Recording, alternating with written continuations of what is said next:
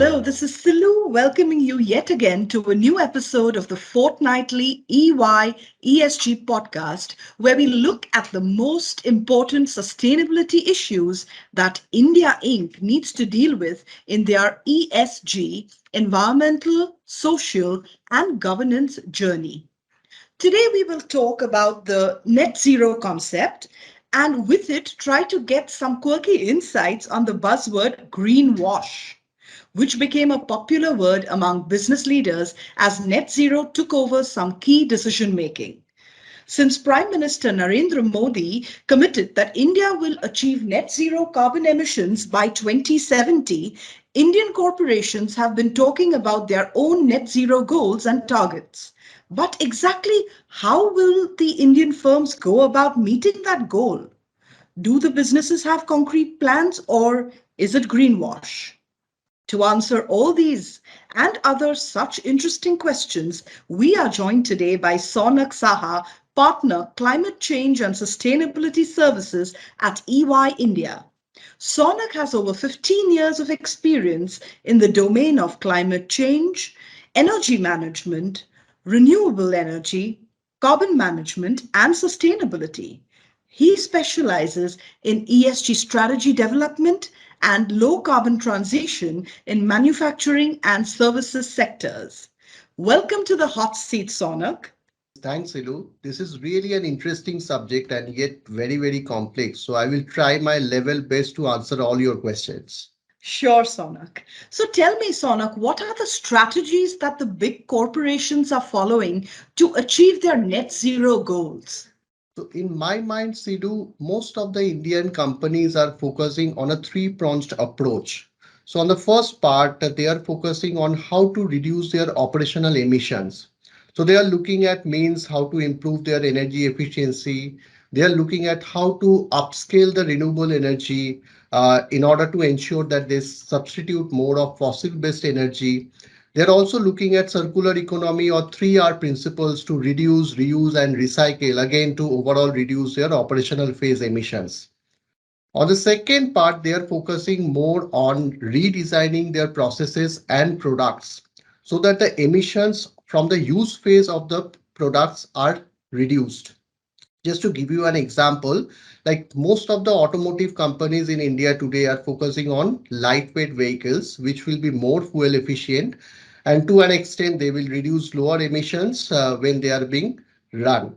And this would require a lot of research and development, focusing on your process and products to reduce the emissions from the use phase.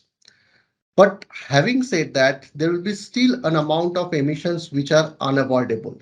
And to that extent, companies are focusing on creating carbon sinks. They are focusing on carbon capture utilizations and carbon capture storage technologies to ensure that those emissions are also not being released to the atmosphere. Over and above, companies are also looking at offset strategies just to ensure that emissions which they are not able to reduce, they're at least working back with other companies to make sure that they are able to reduce their emissions, and collectively we are moving towards a more low carbon path. But Sonak, all this will require quite a lot of investment, right? Won't it? What do you think? That's absolutely right, Silu. Any sort of net zero transition strategy is going to be quite capital intensive.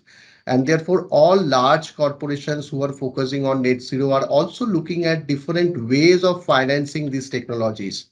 In fact, any new technology that we are talking today, be it hydrogen fuel, be it carbon capture utilizations, they are all very capital intensive. But on the other hand, if you look at our conventional and traditional project evaluation mechanisms still do not factor in most of the cases a cost of carbon emissions. But if you look at globally, the regulations are also getting stricter.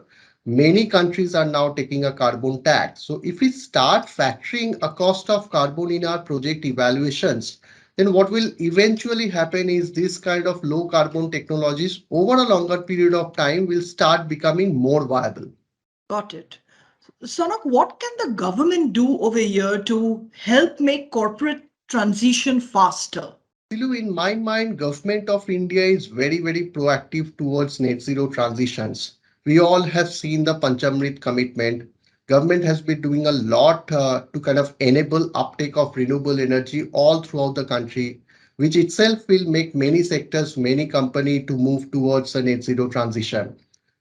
Having said that, we can definitely look at some of the incentives or policy interventions. Say, for example, a tax breaks on technologies which will reduce our emissions, or even incentivizing products which are leading to lower emissions, or disincentivizing companies through some penalty or sort of a tax, okay, which will in a way will lead to these companies also to go for lowering their emissions. Government is also looking at creating a market, carbon market domestically, which will facilitate companies collectively to move towards a low carbon path. Right. In your view, Sonak, how serious is corporate India when it talks about net zero? As in, do they have concrete plans around this and how they're going to achieve and what they're going to do on this journey, or is it just greenwash? This is interesting, Silu, because corporate India, it's quite a large universe, right? And when it comes to the large Indian companies, I would say they are taking it up very seriously. Most of these large companies are now developing their strategy towards net zero transitions. They are working out a roadmap or an action plan with very specific timelines in mind, specific goals and KPIs defined. They have also been looking at renewable energy research and development on new generation technologies and energy transitions. But when it comes to companies which are not so big, or let's say the medium and small enterprises, of course, there is a bit more traction which would be required.